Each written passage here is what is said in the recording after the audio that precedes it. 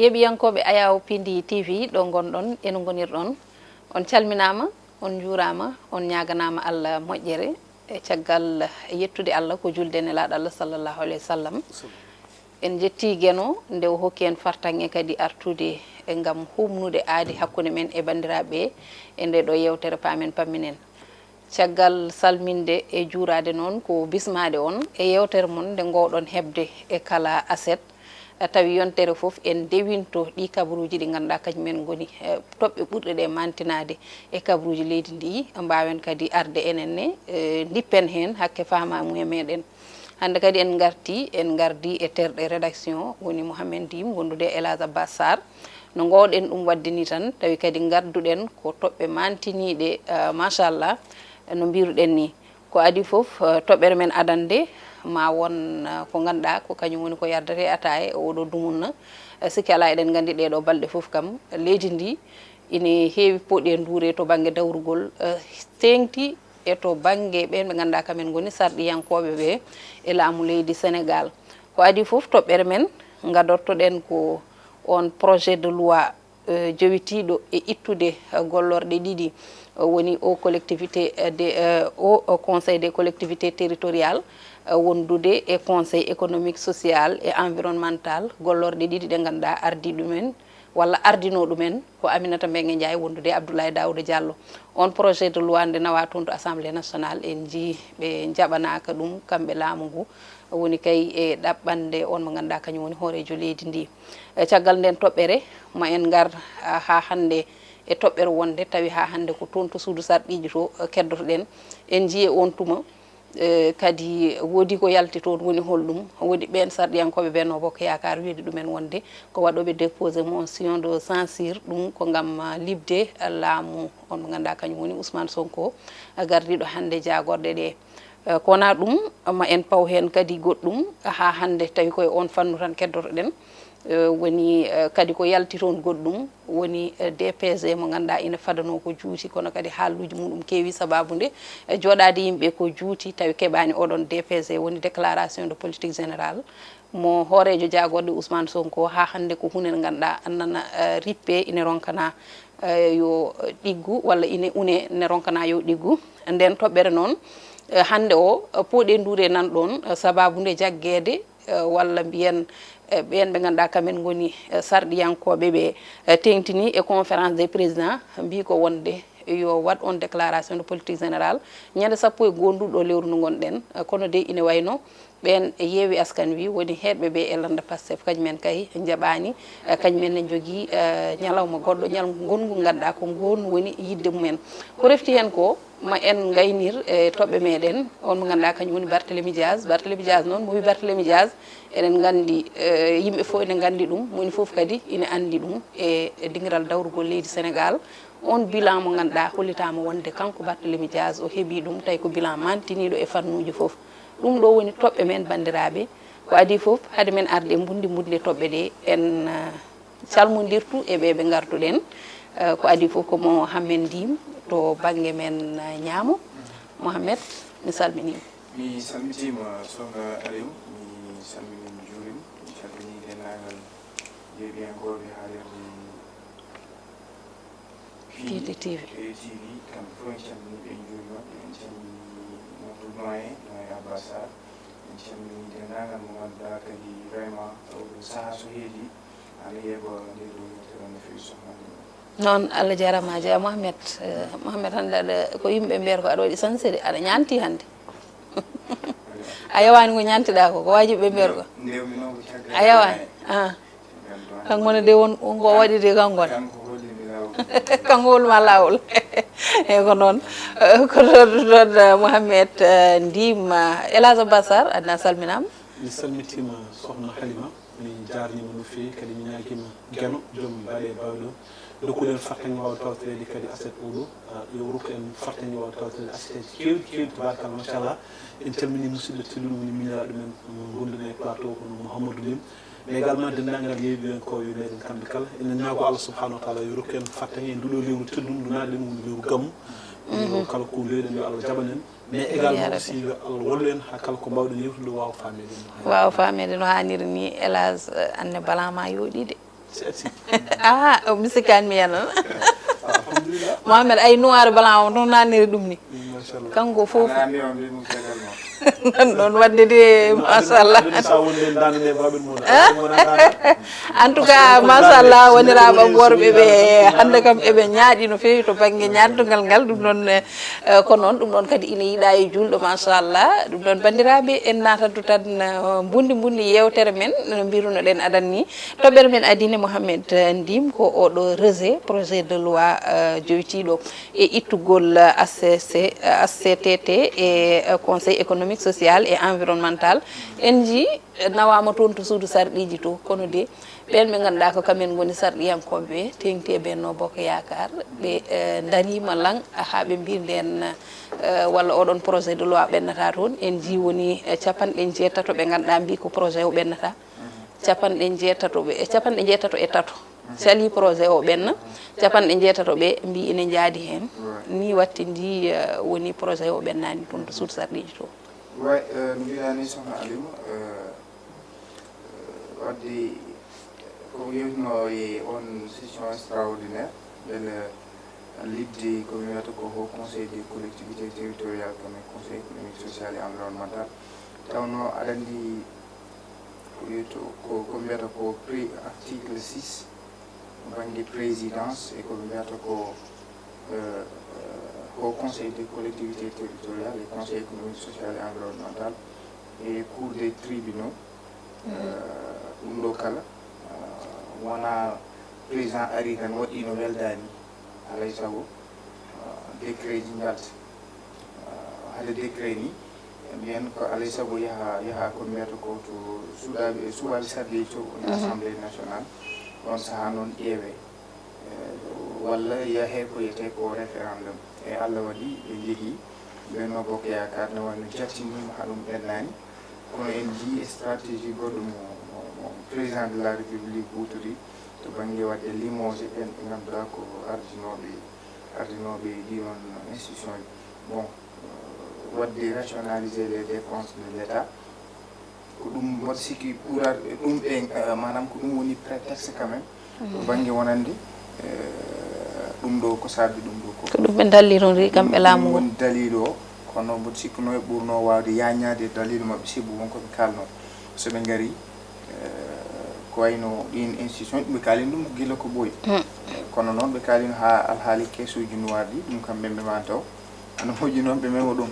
surtout ɓe kaali hen kadi haalaji mawɗi so Allah koye ɗum le premier ministre Ousmane Sonko heɓini yiide wonande hunde ganduɗa ko ene harmi peut être sa ari a yii ko mbiyata ko réalité ji to banggue wonande pouvoir sa renay tan a ñamtat konngol ma no mbiyata ni elle kadi ko ɗum woni ko jiiɗen ko saaha sibu ala fof ɗo ɓe kaali kam haala alhaali caisse noir min hayso tawi mboɗo yaadi toujours meilleur mboɗo yaadi e alhaali caisse noir ana moƴƴi kam ɗum use par ce que komi gotante budget ko hitande fof c'est énorme wallay sago ɗum use sa ƴeewi kamɓe koɓe keɓat ko hitande tan e ɓeyto keɓat ko par ce que ɓeyto sa renndini hitande tan ko 75 milliards ko conseil des collectivités territoriales et conseil économique social et environnemental hirande nde ko ɗum 15 milliards kono ɓe sa ƴeewi koɓe gotante ko kamɓe a andat ɗum yaalodiri no feewi heddi noon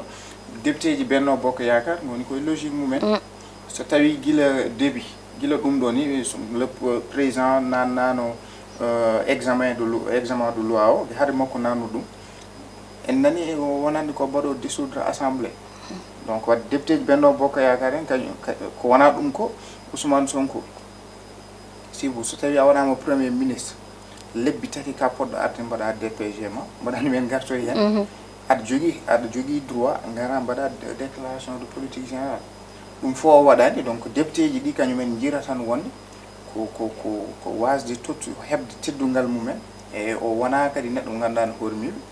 kadi ko régime mo ganduɗa on une institution ji wanno ɗum ko président de la république Macky Sall wadde kamɓe député ji Benno Bokk Yakar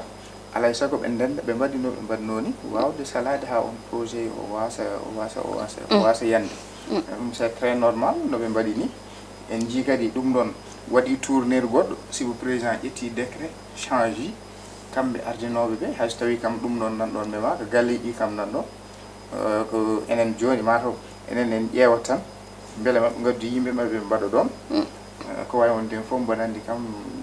ɗo yeeso en jii ko woni yeeso daɗaligui so tawi ɓe mbarat ɗin institution ji ha maayi elle e nani kamɓene eɓe jogui institution ji goɗɗi galleji ɓe darnata wawde wadde ɗum remplacé e koɓe ittata ɗon ko so tawi ɗum waɗi mbiyatan tan ko hay changement goto waɗani rupture kam waɗani moƴƴuno ko so tawi mbaɗi supprimé tan ɓe mbasa accude ɗum ɗon woda ko ƴetta nawe peut être haɓade ko wayno abri provisoire en haɓade nokkuji ɗi ganduɗa hay joni accès ko mbiyata koto banggue électricité ɓe ganduɗa hande dow ndi jogui caɗele ndiyam ene ko way noon tawi ɗum ne wawi nawede taw ɗum ɗen kopporeje kadi naata e banggue goɗɗo mo ganduɗa ko kadi gartam wonanta ɓiɓɓe leydi ndi Elhadj Abbas Sarr ha hande koye nde ɗon toɓɓere keddotoɗen kono en jii kamɓe député ji ɗi woni sarɗiyankoɓe nde ɓe cali ɗum nde ndeɓe kanko président nde o salana on projet de loi en jii o yeehi directement to ganduɗa to banggue goɗɗo to wawi iwrude gam ittude ko yiiɗi ko certes gollorɗe ɗe giwani kono o siifi décret mo ganduɗa koko itti ɓen ardinoɓe ɗiɗo woni Abdoulaye Daouda Diallo e Aminata Mbengue Ndiaye ɗum ɗon aussi ko stratégie ji politique kono kadi Mouhamed memi ɗo joni joni eko faati e gollorɗe ɗe certes gollorɗe ɗe nan ɗon kono kam bibje majje kelama hankkadi e oɗo saaha heewi noon enen réalité men e nder leydi Sénégal ko lamɗo garɗo foof en jii Macky nde ari nde wonko ittuno watti gollorɗe goɗɗe kono Ablaye Wade kadi kañum nde ari wonko tawnoɗo itti watti gollorɗe goɗɗe beele ɗum wona stratégie politique tan mo ganduɗa toujours ko toon ɓe nayorto aɗa andi kañum d' abord aɗa andi ko c'est vrai que no wawi taw ko stratégie politique mais woni ko caɗele wona toon caɗele ɗe woni comme par exemple hande son excellence Bassirou Diomaye Diakhar Faye omo anduno omo wawi ittude Abdoulaye Daouda Diallo omo wawi ittude Aminata Mbengue Ndiaye taw kadi o nawani ɗum toye ɗum ɗo ɓayde ko ɓen o yinno ittude omo wawno ittude par ce que ɓen numira ko par décret donc décret ne wawi ittude ɗumen mais omo andi omo killi ittude nde suudu cuuɗɗi ko probléme par ce que goho o ittiranno ɗum o daña taw omo jogui doole majorité toon to assemblée nationale o nawa toon loi ɗumine mais kanko laaɓa en âme et en conscience que ni o ala toon majorité donc so ƴetti o nawi ɗum toon fitti que peut être won quelque part wonko ganduɗa hoorema eɓe manqui ɗum famde seɓe pamno peut être wona toon ɓe nawanno ɓe battidiri ɗo ɗum tan ɓe mbaɗatno ɓayde ɓe battidiri ko ittude mo ganduɗa hoorema ko kañumen goni artiɓe ɗin ɗon cuuɗi e gacce ngalama noon mbiɗo wawi wiide par ce que sa ƴeewi cuuɗi ɗin ɗon wona cuuɗi ganduɗa hoorema cuuɗi gonɗi e nder Sénégal ina bonno mais ko cuuɗi ganduɗa hoorema ko pewdoji par ce que kiɗi gollani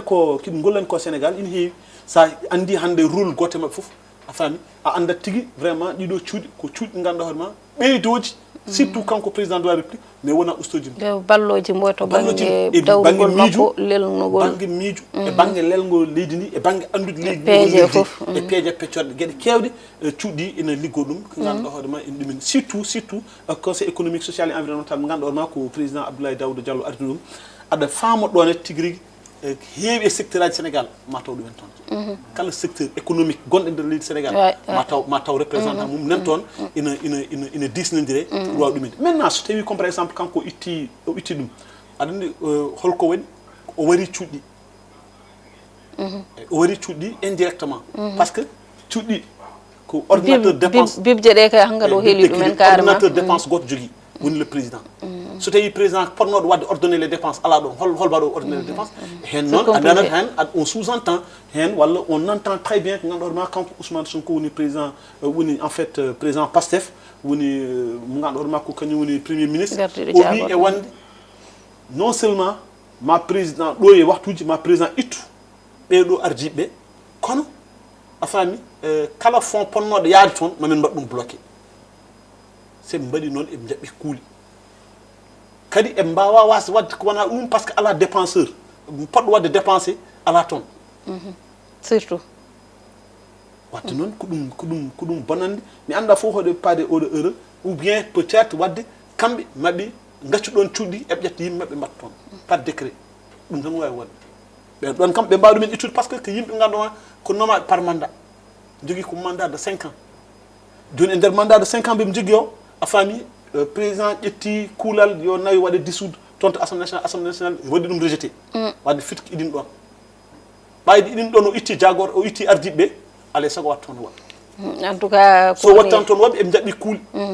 ganduɗa hoorema ko yimɓe ɓe ganduɗa hoorema ɓe ponno ligginde e ponno ɗumen yobde e ponno kutodire men e kutodirani men e bloqué institution ko woni yesso daɗani guite en tout cas hunde ne jiiɓi no feewi ine hawni no feewi kadi par ce que ɗo joni gollorɗe ɗe kañumen nan ɗon kono ardiɓe ɓe guittama ɗon aussi des fois sa renaki ni haqqille ma yahat e goɗɗum par ce que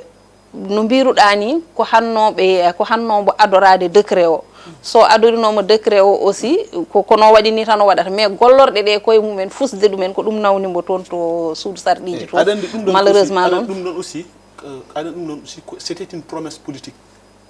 aɗa andi kamɓe ɓe mbini e wonde seɓe gaari e laamu ngu keɓe fusoɓe ɗin ɗon institution ngaji eɓe gaari noon ɓe tawi wona noon fusirto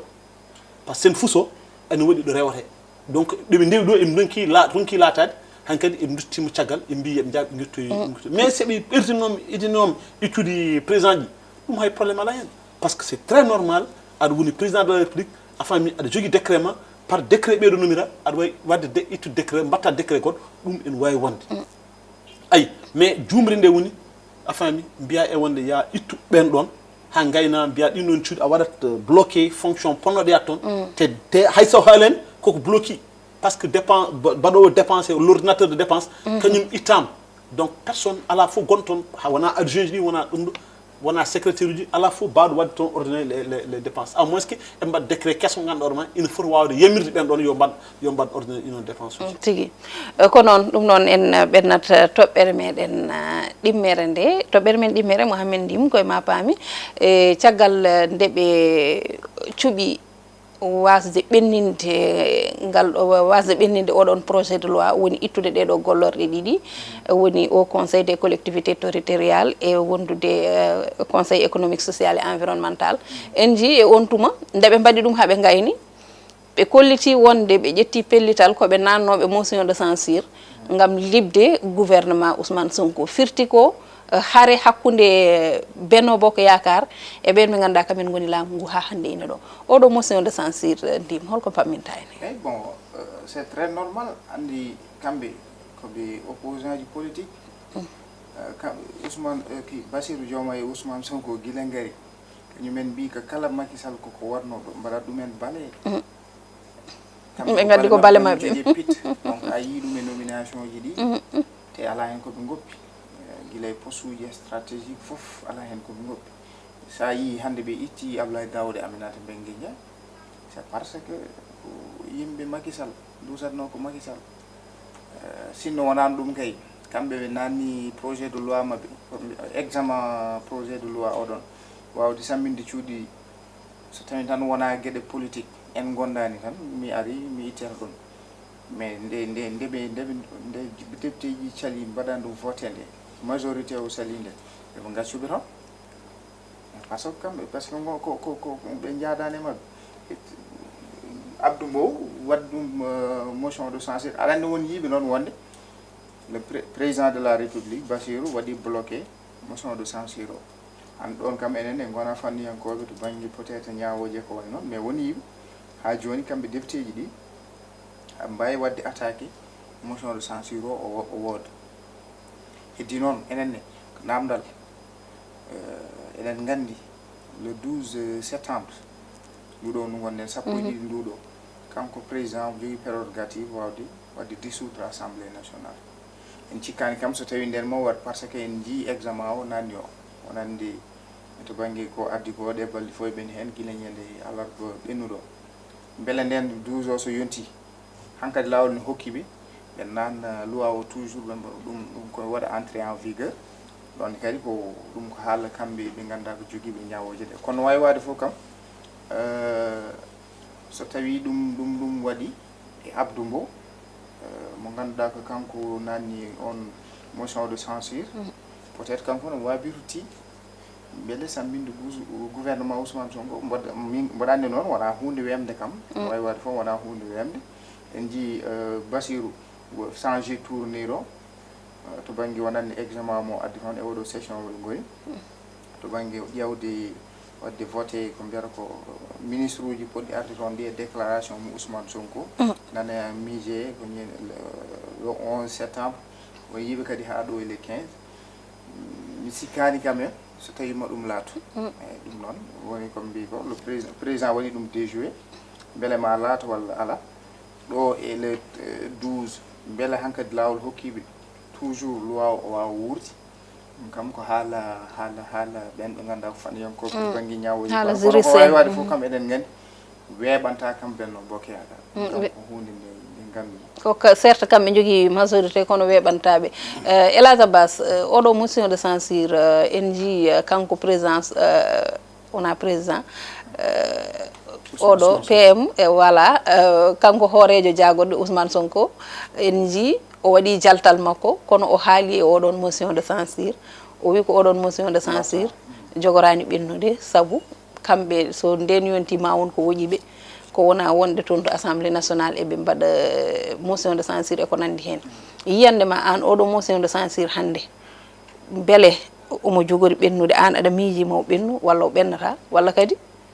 ɗeɗo oɗo pila beña gonɗo ɗo no yimɓeɓe koye mumen ko puɗɗiɓe hunde ko fuɗɗi jiiɓade e koye mumen eyi aɗa andi woni jayde wotere yaltu noon wi joni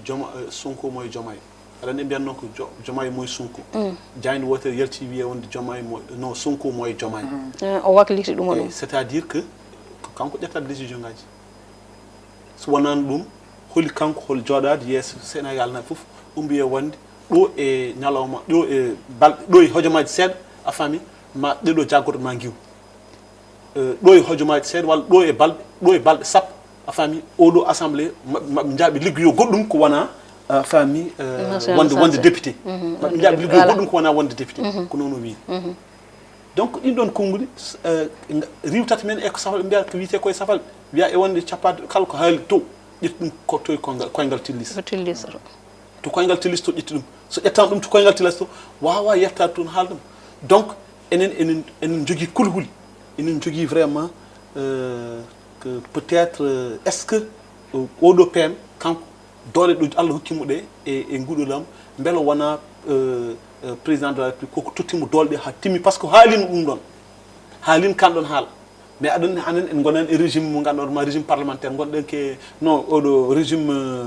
ke régime présidentiel gonɗen ko président jogui pouvoir uji foof kadi ko enen lamminɗen ko président de la république Bassirou Diomaye Diakhar Faye Bassirou Diomaye Diakhar noon kañum hooli oɗo won noon so hoolademo nde fittani yo ar o yaɓɓe kuuli men ɗe walla institution ngaji men ɗi omo yaata hande noon ko pour min e façon déclaration ɓoyɗo ko déclaration kulɓinide motion de censure o kanko firti ko motion de censure o wi kanko ɗum i kankay ko ametanan koye ma o wi maka ɗo hakkude ɗo e balɗe sappo ma wood ko woƴiɓe ko wona ɗumide sa yi hande Ayib Daffy en daro wiya won ɓe mbatta ɗum mi yarka ha le 13 te ɗeɗo mbima e wonde ko le 11 waɗimo convoqué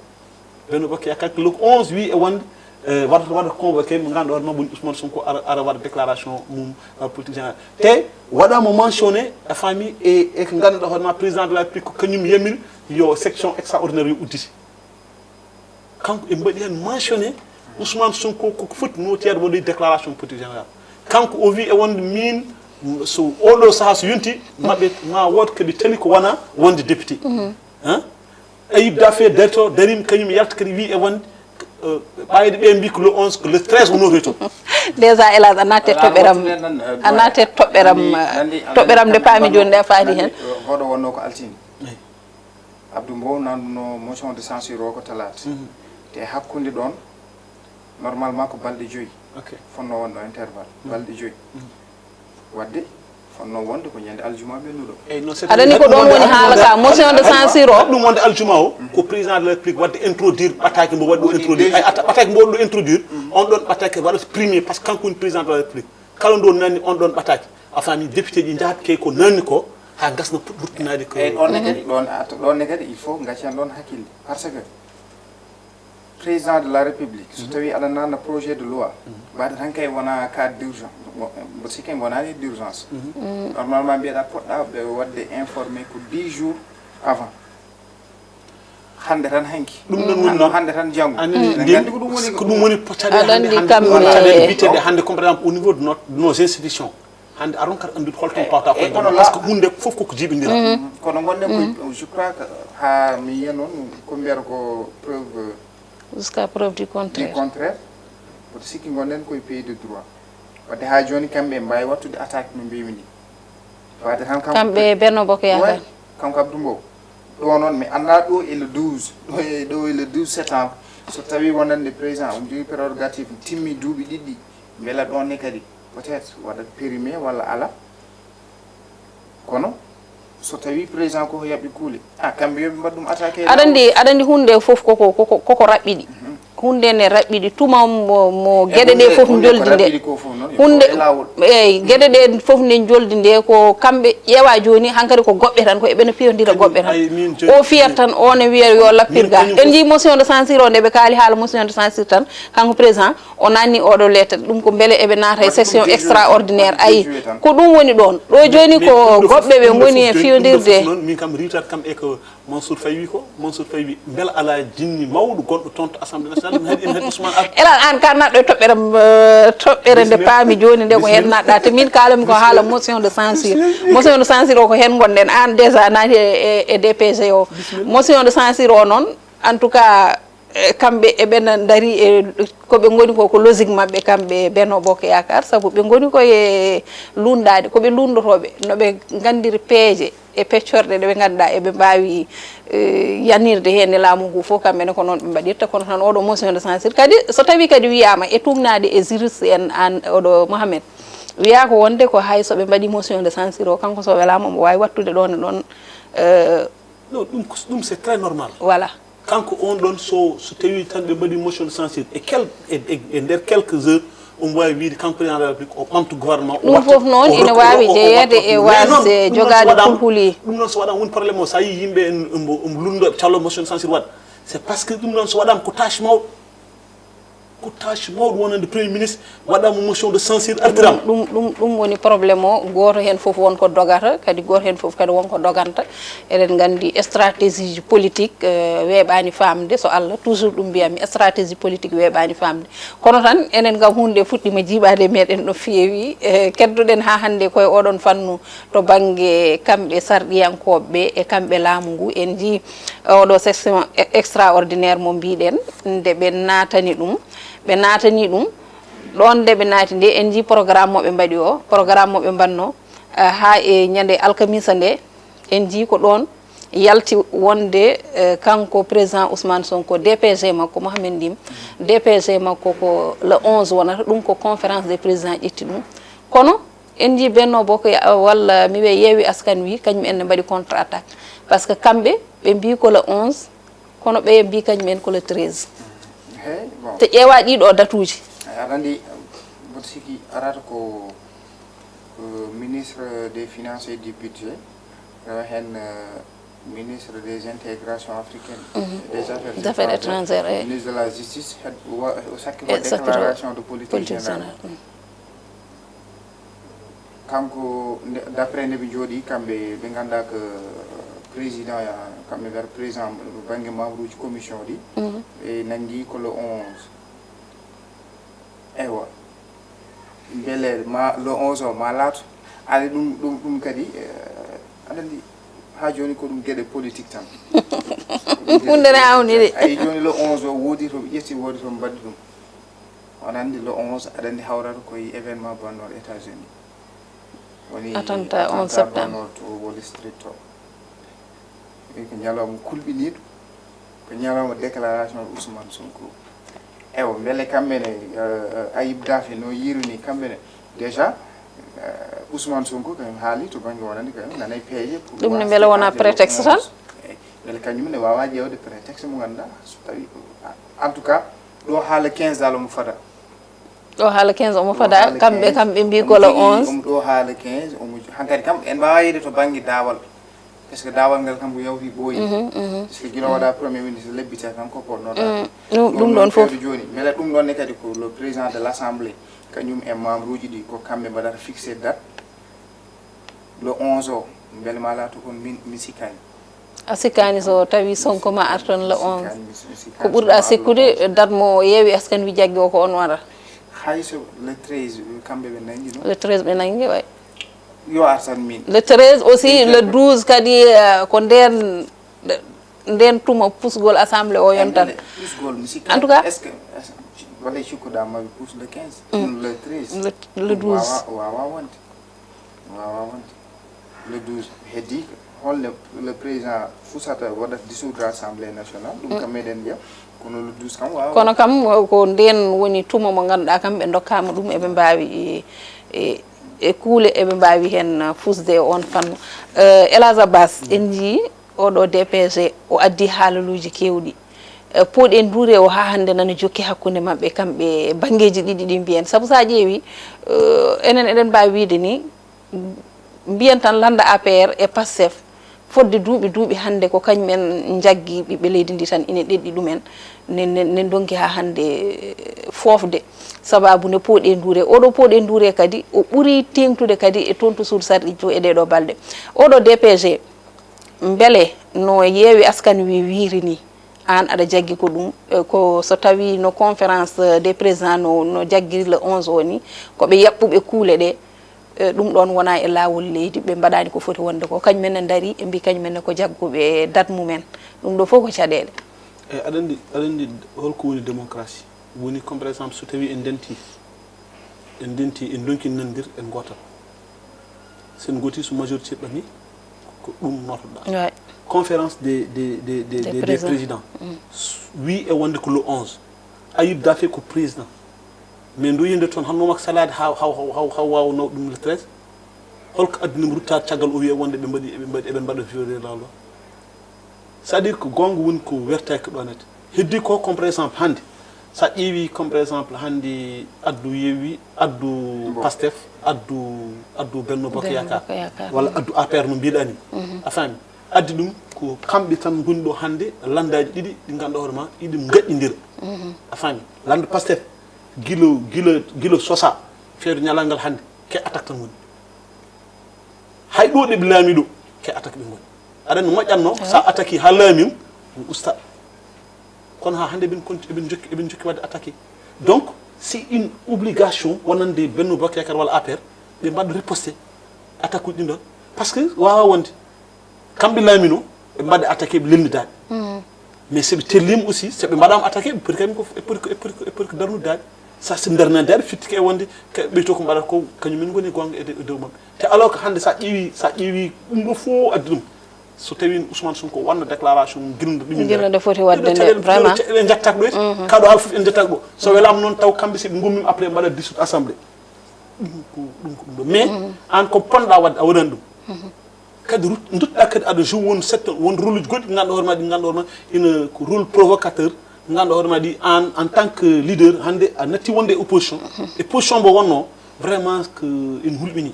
ɗum tan woni ko ganduɗa hoore ma hande sa yi ɗiɗo riposte aji mbaɗoɗi fof ɗum ɗon woni sababu kadi ko ɓuuri hen hulɓinade tan hande enen probléme meɗen ma mbiya mataw enen kuule leydi men enen en ngala sarɗiji leydi saabu ɗum ɗo fof koɓe jahata e dow mum ko hunde hen fof koko windani joƴƴina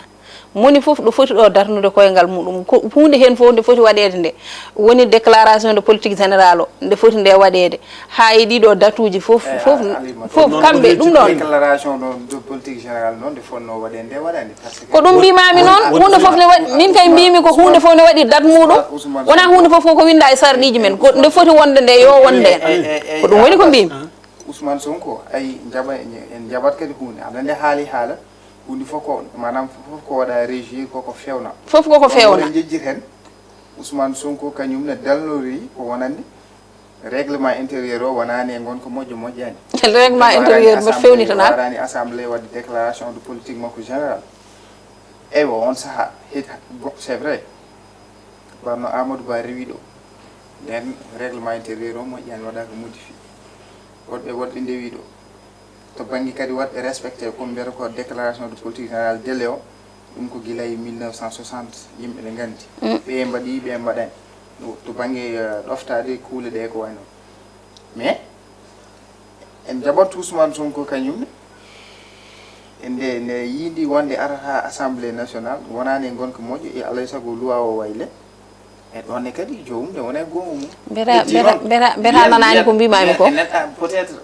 to banggue élégance politique walla quand même to banggue en tant que chef du gouvernement o foran tan dalniroat ɗon par ce que leydi ndi faɗanimo to banggue golle yimɓe ganda holko woni kuccam mabɓe ɗum mi jaɓi ɗon kono ɗon e hoore muɗum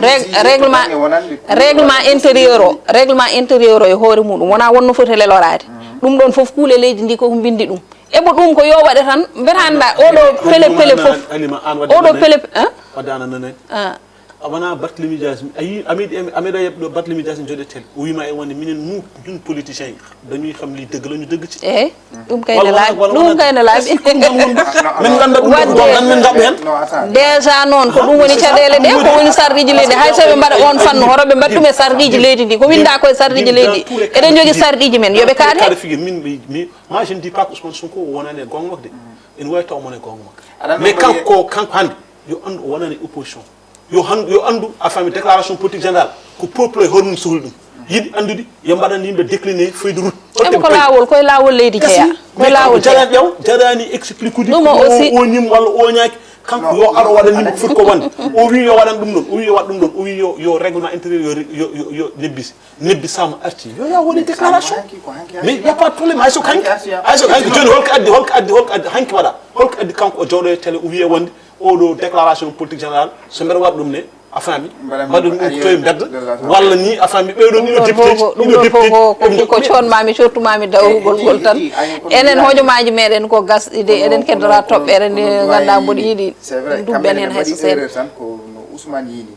aɗa andi wona hormade sardiyankoɓe yiide hayso tawi mbaɗa waɗa déclaration de politique en mbaɗan ɗum ko banggue goɗɗo on quand même en tant que premier ministre ɗi won haallaji o jomum fota wadde ɗum tenir e erreur moɓe mbatti ko ɗe ministre de la justice ari assemblée yi wonde loi o neppari wonama promulgué ko nen waɗaka journal officiel ko nden tinɗen ɗum ko ɗiɗo woni erreur aji kono kay sen garti to wonde ko Ousmane Sonko oɗo règlement il faut waɗe modifié ɗum eɗen mbawi jaɓande min kay ko ñaaji ɗon ko haalata en koni 15 waɗ déclaration de politique voilà yimɓe ganda kuccam mabɓe yimɓe ganda kuccam laamu ngu ko yowat tan en tout cas pila beñandani hen ha nana telɓina leydi ndi e hoore mum saabu noon no mbirumi tan ken joguiɓe sarɗiji meɗen sarɗiji men foof koko windi hen moni foof ɗo fawta koyngal muɗum ɗo nana windi e sarɗiji tengte kamɓe joguiɓe laamu ngu e kamɓe joguiɓe jaggue e ko nandi hen ɗum noon ko yooɓe ndew hen tan so heddima noon pooɗe duure walla no élage wiri ni kamɓe koye mabɓe ɓe jiiya gonga ɗum yo won pelep hakkude mabɓe kono hotoɓe même to banggue sarɗiji ɗo jeeyna toɓɓere men wattindine de hade toɓe ɗum ayi aɗen hokko fonno wonde gonga walla ko foti wonde gonga woni ay waktu politique en waɗi waktu liggey voilà so waktu liggey yonti yoɓe tinno sabu enen ɓe noon ko gacca haala politique ɓe lelni leydi malheureusement a faami ɓe liggo malheureusement pour men ko haala ɓuuri ɗo hewde ɗum noon toɓɓere meɗen wattindinde hélas Barthélémy Dias won jayndeji hecci hanki ɗi ganduɗa garti e makko hollide wonde machallah bilan makko ko bilan baɗɗo fayida ɗum ko to banggue ɓe kolliti to banggue éducation woni jangne nde banggue action sociale banggue santé banggue pewnitgol foof Barthélémy Dias machallah yiyande ma Halima ayi nde kalɗa inde Barthélémy Dias ayi kam mbeɗa moosa ayen joni jomi rokki exemple min Barthélémy Dias wino kono mbeɗa andi ko politique wonno kono to batte golle très sincèrement dit on n'a rien à dire à Barthélémy Dias so wona gacce ngalam Barthélémy Dias kadi c'est un exemple c'est un maire exemplaire mo ganduɗa hoorema sinno ko sagam billahi taw kala maire ina jogo yiyande wani nete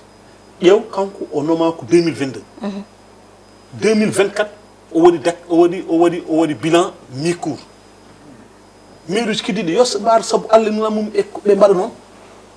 par ce que ɗum ɗon ene jeeya e ko gandanɗo hoorema par ce que yimɓe koko aɗani maire yimɓe ƴettat kalmen kalfinma soɓe kalfini yimɓe ene moƴƴi kala ɗo jaaɗa ha jettoɗa won nokku darɗa kucca yimɓe mbiya population aha min noon wax degge yallah mi ari ardamen ha ɗo mi golli ha yetti ɗo mi waɗini Barthélémy Dias vraiment chapeau e makko Mohamed Barthélémy Dias en jii machallah kanko te wona ngol ɗo tan fuɗɗi kanko ɗum ɗo ɓooyi e makko guila omo woni maire Mermoz ha e nguɗo laamu ɓennugo fof en jii golle ɗe o gollata toujours kanko kala maire ndi o wawi wonde golle makko ko mantiniɗe gonata ay Barth ko neɗɗo ko produit PS ko produit PS ɗum jogui moment tan ɓe ganduɗa ɗum ɗo ko politique moment ganda ko haare mais non moment kadi ganda vraiment ko golle kadi en vraiment en dokkimo fayida no feewi ana moƴƴi saha fof jomum nodde presse o fof nodde ɓe ganda ko ɓe ganda ko kañ hande les conseils municipaux ko way noon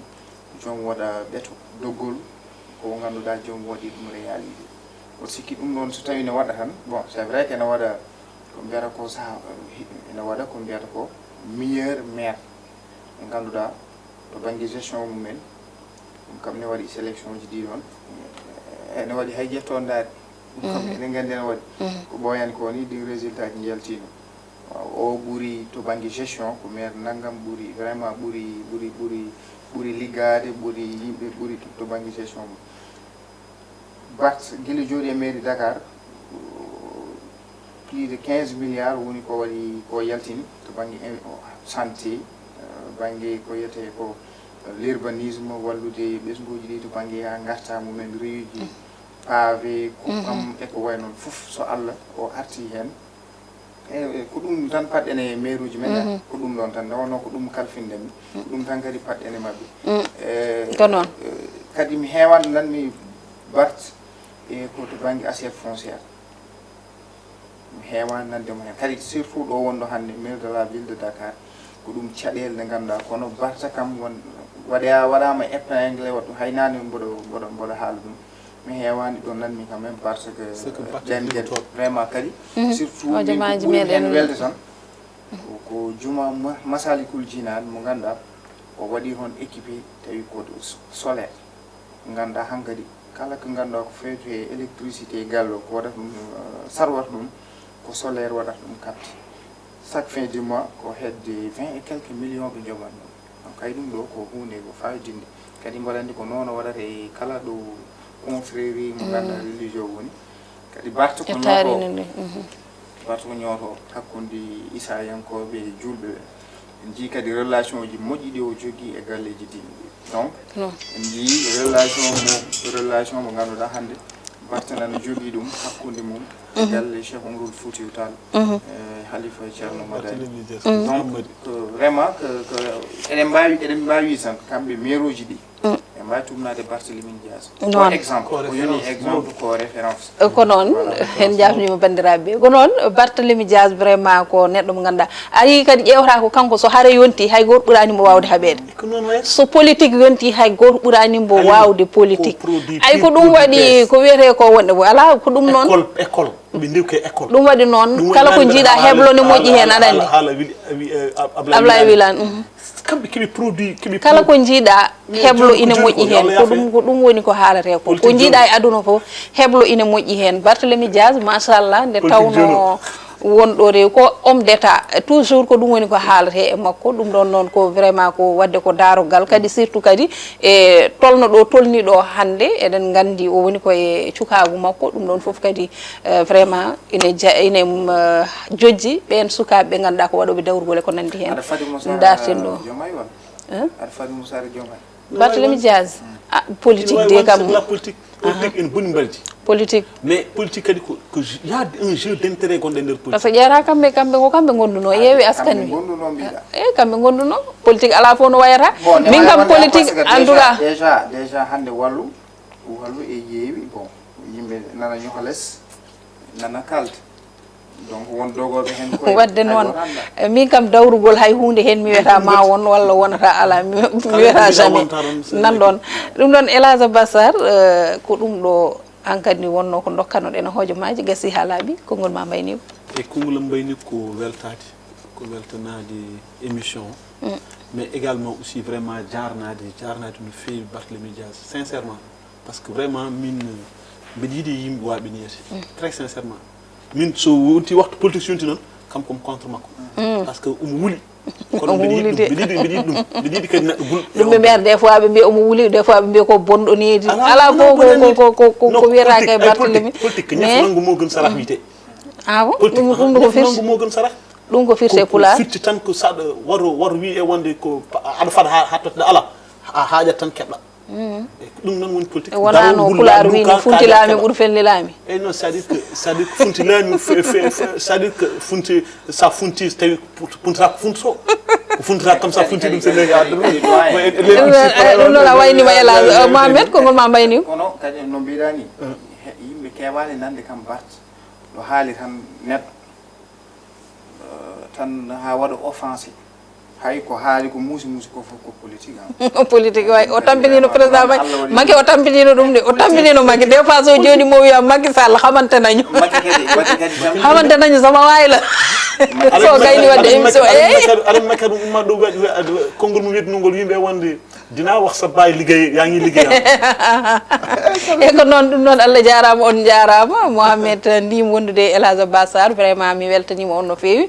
kono kadi en beltanima bandiraɓe yeɓiyankoɓe Pindi TV tengti e wattuɓe hakkillaji mumen e pamen pamminen e kala e saaha eɗen jiiya kadi message uji mabɓe ɓatakuji mabɓe ko nandi hen mi salmini babam Oumar Dia toon to Gabon gorko mbo hawre tengti e leegal siwol o salminama kanko e galle makko e Dioey Ba goggam mantini ɗo kono kadi miñam en kamɓe fof Diara en Coumba en Oumou en Mamadou Oumar en kamɓe fof mi woppani hay goto